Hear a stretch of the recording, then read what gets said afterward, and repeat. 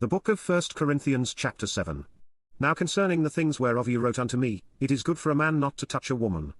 Nevertheless, to avoid fornication, let every man have his own wife, and let every woman have her own husband.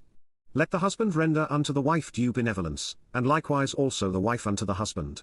The wife hath not power of her own body, but the husband, and likewise also the husband hath not power of his own body, but the wife. Defraud ye not one the other, except it be with consent for a time, that ye may give yourselves to fasting and prayer, and come together again, that Satan tempt you not for your incontinency. But I speak this by permission, and not of commandment. For I would that all men were even as I myself. But every man hath his proper gift of God, one after this manner, and another after that.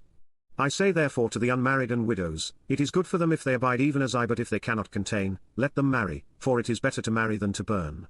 And unto the married I command, yet not I, but the Lord, let not the wife depart from her husband, but and if she depart, let her remain unmarried, or be reconciled to her husband, and let not the husband put away his wife. But to the rest speak I, not the Lord, if any brother hath a wife that believeth not, and she be pleased to dwell with him, let him not put her away. And the woman which hath an husband that believeth not, and if he be pleased to dwell with her, let her not leave him. For the unbelieving husband is sanctified by the wife, and the unbelieving wife is sanctified by the husband, else were your children unclean, but now are they holy. But if the unbelieving depart, let him depart. A brother or a sister is not under bondage in such cases, but God hath called us to peace. For what knowest thou, O wife, whether thou shalt save thy husband? Or how knowest thou, O man, whether thou shalt save thy wife? But as God hath distributed to every man, as the Lord hath called every one, so let him walk. And so ordain I in all churches. Is any man called being circumcised? Let him not become uncircumcised. Is any called in uncircumcision? Let him not be circumcised. Circumcision is nothing, and uncircumcision is nothing, but the keeping of the commandments of God. Let every man abide in the same calling wherein he was called. Art thou called being a servant? Care not for it, but if thou mayest be made free, use it rather. For he that is called in the Lord, being a servant, is the Lord's freeman, likewise also he that is called, being free, is Christ's servant. Ye are bought with a price, be not ye the servants of men. Brethren, let every man, wherein he is called, therein abide with God. Now concerning virgins I have no commandment of the Lord, yet I give my judgment, as one that hath obtained mercy of the Lord to be faithful. I suppose therefore that this is good for the present distress, I say, that it is good for a man so to be.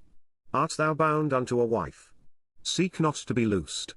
Art thou loosed from a wife? Seek not a wife. But and if thou marry, thou hast not sinned, and if a virgin marry, she hath not sinned. Nevertheless such shall have trouble in the flesh, but I spare you.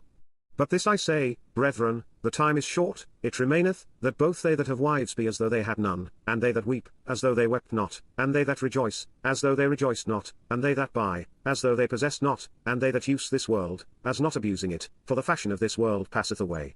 But I would have you without carefulness. He that is unmarried careth for the things that belong to the Lord, how he may please the Lord, but he that is married careth for the things that are of the world, how he may please his wife. There is difference also between a wife and a virgin.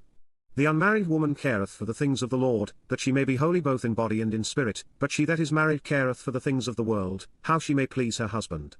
And this I speak for your own profit, not that I may cast a snare upon you, but for that which is comely, and that ye may attend upon the Lord without distraction. But if any man think that he behaveth himself uncomely toward his virgin, if she pass the flower of her age, and need so require, let him do what he will, he sinneth not, let them marry.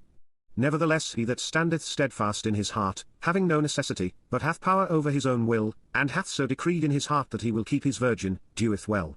So then he that giveth her in marriage doeth well, but he that giveth her not in marriage doeth better. The wife is bound by the law as long as her husband liveth, but if her husband be dead, she is at liberty to be married to whom she will, only in the Lord. But she is happier if she so abide, after my judgment, and I think also that I have the Spirit of God.